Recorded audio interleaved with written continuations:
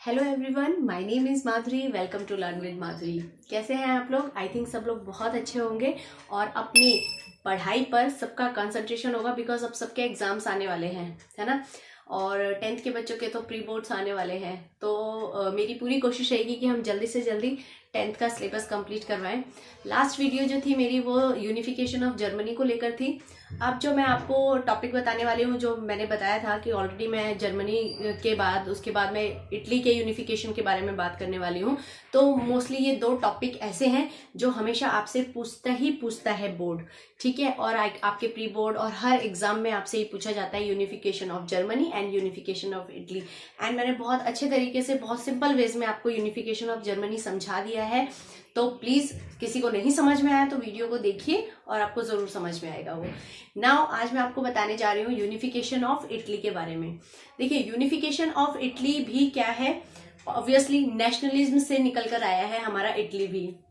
Mostly nation states nationalism की feeling से ही निकल कर आए हैं, क्योंकि लोगों ने ये तय कर लिया कि अब हमें तो अपना स्टेट चाहिए ही चाहिए, हमें तो अपनी कंट्री चाहिए ही चाहिए जिसमें हम पूरी तरह से जो गवर्नमेंट है वो लोगों के हाथ में हो और उसके अकॉर्डिंग चले।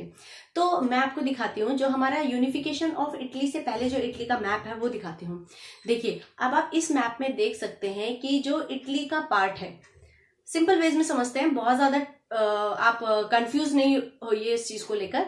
देखिए, ये पार्ट है, डायरेक्शंस मैं आपको पहले बता चुकी हूँ। जिसे डायरेक्शन में कंफ्यूजन है प्लीज डायरेक्शन वाला वीडियो देखिए, जिसका लिंक आपको मिल जाएगा डिस्क्रिप्शन बॉक्स में। नाउ आप देखिए, ये जो इटली का पार्ट है इसमें आप इसको 3 पार्ट्स में डिवाइड कर सकते हो। एक तो है ये हमारा नॉर्थ पार्ट है, ये इटली का। बीच का पार्ट जो है सेंट्रल पार्ट है। नीचे का पार्ट हमारा साउथ का पार्ट हो गया, ठीक है। और इसमें एक आपको ये अलग से दिख रहा है, दैट इज सर्डिनिया पिडमॉन्ट है ये। और यहाँ पर किसका राज था? सर्डिनिया जो पिडमॉन्ट है, ये एरिया जो है ये बेसिकली क्या थे, यहाँ पे जो इटली के लोग होते हैं, जो कल्चर जो वो एक बॉन्ड शेयर करते थे इटालियन लोग, वो इस पर प्रिंसाइजली रूल था। मतलब जो किंग था बेसिकली हम कह सकते हैं, उसका जो पूरा राज था वो इस वाले पार्ट पे था, इटालियन प्रिंसाइजली था वो, ओके। एंड बाकी जो है वो क्या है, वो इटली में वहां पे इटली की उनकी छाप तो थी बट पूरी तरह से वो इटली नहीं थे। क्यों? क्योंकि जो नॉर्दर्न पार्ट है ये हमारा हैब्सबर्ग एम्पायर के अंडर में आता है, ओके। हैब्सबर्ग एम्पायर मैंने आपको पहले बताया था, ये क्या है, ये एक रिच और वेल्दी लोगों की एक हम कह सकते हैं ग्रुप होते थे, जो आपस में ही थ्रू मैरिजेस के थ्रू टाई अप हो रखे थे, अपने आप के रिलेशंस वगैरह ये लोग ऐसे बॉन्डिंग बना के रखते थे। मैरिजेस वगैरह अपने ही हम कहते हैं ना कास्ट में करते हैं या अपने लेवल में करते हैं, उस टाइप का बॉन्ड ये शेयर करते थे हैब्सबर्ग एम्पायर जो था। ना बीच वाला जो सेंट्रल पार्ट में आपको दिखा रही हूँ इटली का, इसमें पोप लोग रूल करते थे, ठीक है। पोप कौन होते हैं? जो रिलीजियस जो चर्च होते हैं ना, वहां पर जो रिलीजियस हम कह सकते हैं प्रिस्ट थे, वो पोप थे। वो वाला एरिया पूरे वो वहां से पोप के थ्रू डोमिनेटेड था ना। आप साउथ वाला जो पार्ट देखेंगे, दैट इज क्या, यहाँ पे जो हम कह सकते हैं, देखिए 2 स्टेट्स आपको इसमें दिख रहे हैं ना, 2 सिलिसीज इसलिए लगा हुआ है, वहां पर है, ठीक है। इसमें हम देखेंगे कि यहाँ पे किसका था, हमारा साउथ का पार्ट है वो हमारा किंगडम ऑफ स्पेन से डोमिनेटेड था, ओके। तो 3 पार्ट है बेसिकली, हम कह सकते हैं इटली जो था 7 अदर पार्ट्स में डिवाइडेड था, जिसको हम यूनिफाई करने के लिए लोग वहां पे क्या कर रहे थे, रिवॉल्यूशंस कर रहे थे। तो जिसमें हमने इंपॉर्टेंट जो नाम मैं आपको बता रही हूँ, जो आपको याद रखने हैं एग्जाम पॉइंट ऑफ व्यू से, कि आपके किसके नाम आपको ध्यान रखने हैं जो आप नोट करोगे क्वेश्चंस में। नंबर 1 है गिजुपी मजीनी, आप सबने पढ़ा था। गिजुपी मजीनी 1830 से 1848 का जो रिवॉल्यूशन हुआ था उसमें उनका पार्टिसिपेशन था, बट वो जो रिवॉल्यूशन था वो सक्सेसफुल नहीं हो पाया था। सो हम ये नहीं कह सकते हैं कि गिजुपी मजीनी ने कोई रोल प्ले नहीं किया, क्योंकि वो बेशक सक्सेसफुल नहीं हुआ था, बट एक जो चिंगारी उठती है वहां पे रिवॉल्यूशन को लेकर, अपने कंट्री को लेकर, तो वो वहां से निकल चुकी थी, ठीक है। यंग इटली नाम से उन्होंने एक सीक्रेट सोसाइटी फॉर्म की थी, जो मैं आपको बता चुकी हूँ। इसमें क्या था, इन्होंने रिवॉल्यूशनरीज को मोटिवेट किया इस चीज के लिए कि आप किसके लिए आओ, अपने देश के लिए, अपनी कंट्री के लिए, और हमें इटली को यूनिफाई करना है। इसके लिए हमें जितने भी एफर्ट्स लगाने हैं हम लगाएंगे और हम इसको यूनिफाई करेंगे। तो गिजुपी मजीनी, और एक और नाम है आपका गिजुपी मजीनी के साथ एक नाम और आता है गिजुपी गैरिबाल्डी का। कंफ्यूज नहीं होना है, दोनों अलग अलग पर्सन है, ओके।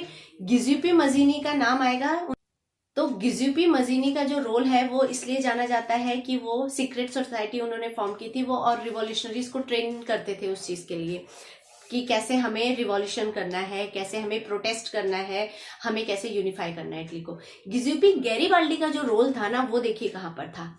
वो जो आप ये साउथ वाला पार्ट देख रहे हैं, इस साउथ पार्ट में जहां स्पेन के किंगडम से लोग क्या है, जो किंगडम ऑफ स्पेन है वहां वो डोमिनेटेड पार्ट है उस किंगडम से, ठीक है। अब यहाँ पे गिजुपी गैरीबाल्डी ने क्या किया, यहाँ पे इन्होंने सबसे पहले वहां के लोकल पीजेंट्स को इकट्ठा किया, ठीक है, उनको अपने फेवर में लिया। जैसे ही उन्होंने पीजेंट्स को अपने फेवर में लिया, जैसा कि आप जानते हैं कि जो बेसिकली जो एक जो पॉपुलेशन वाला जो एरिया है, पॉपुलेशन हम कह सकते हैं जिसकी सबसे ज्यादा है वो पीजेंट्स की है, ठीक है। तो अगर आप उसको अपने फेवर में ले लेते हो और आप उन्हें इस चीज के लिए मोटिवेट कर देते हो कि हमें अपनी कंट्री, हमें अपना नेशन स्टेट चाहिए और आने वाले टाइम में पीजेंट्स को इन सब चीजों से फायदा होने वाला है, ठीक है, तो ऑब्वियसली वो उस चीज के लिए रिबेल करेंगे ही किंगडम के अगेंस्ट, ठीक है। तो यही काम गिजुपी गैरीबाल्डी ने किया, इन्होंने सब पीजेंट्स को एक साथ किया, अपने फेवर में लिया और फाइनली हेल्प लेकर, किसकी हेल्प लेके, अब यहाँ पे याद रखिए कि किसकी हेल्प ली थी, विक्टर इमैनुअल II, ये किंग है। कहाँ के किंग है ये, सर्डिनिया पिडमोंट के हैं, ये वाला एरिया आप देख रहे हो ना, यहाँ के किंग है, ये इटालियन किंग है, ठीक है। तो ऑब्वियसली ये चाहेंगे कि इटली का बहुत, जो इटली है उसका पार्ट क्या हो, एक बड़ा पार्ट कवर अप होके हम इटली को यूनाइट कर सके, है ना। तो सर्डिनिया पिडमोंट के जो किंग है विक्टर इमैनुअल II, इन्होंने ये फैसला किया कि हम क्या करेंगे, इटली को यूनिफाई करेंगे, और जिसमें इन्होंने सबसे आगे रखा अपने चीफ मिनिस्टर केवर को। जी हाँ, चीफ मिनिस्टर केवर जो है ये एक हम कह सकते हैं ये डेमोक्रेट भी नहीं थे, ये थोड़े से डिप्लोमेटिक थे पॉलिटिकल चीजों को लेकर। तो ये इस तरह की हम कह सकते हैं पॉलिटिक्स करते थे कि ये बहुत बातचीत करके और अपने फेवर में चीजों को करके, तो ये देखते थे कि हमें फायदा कहाँ से मिल रहा है। इनके बहुत अच्छे रिलेशन थे फ्रांस के साथ, ये बल्कि हम इटली लोग इटालियन बोलते हैं, इटली के लोग तो इटालियन से ज्यादा ये फ्रेंच अच्छा बोलते थे। तो इनके जो हम कह सकते हैं रिलेशनशिप था एक उनका फ्रांस के साथ, वो काफी अच्छा था। तो उनको एक सपोर्ट भी मिला, है ना। एक हमने पहले ही पढ़ा है कि ड्यूक मेटरनिच ने ये रिमार्क किया है कि अगर फ्रांस को स्नीज भी करता है फ्रांस तो पूरा यूरोप है उसको कोल्ड हो जाता है ना। तो इस टाइप का रिमार्क है। तो उन्होंने फ्रांस को फेवर में ले लिया था क्योंकि फ्रांस से उन्होंने अच्छे रिलेशनशिप बना रखे थे।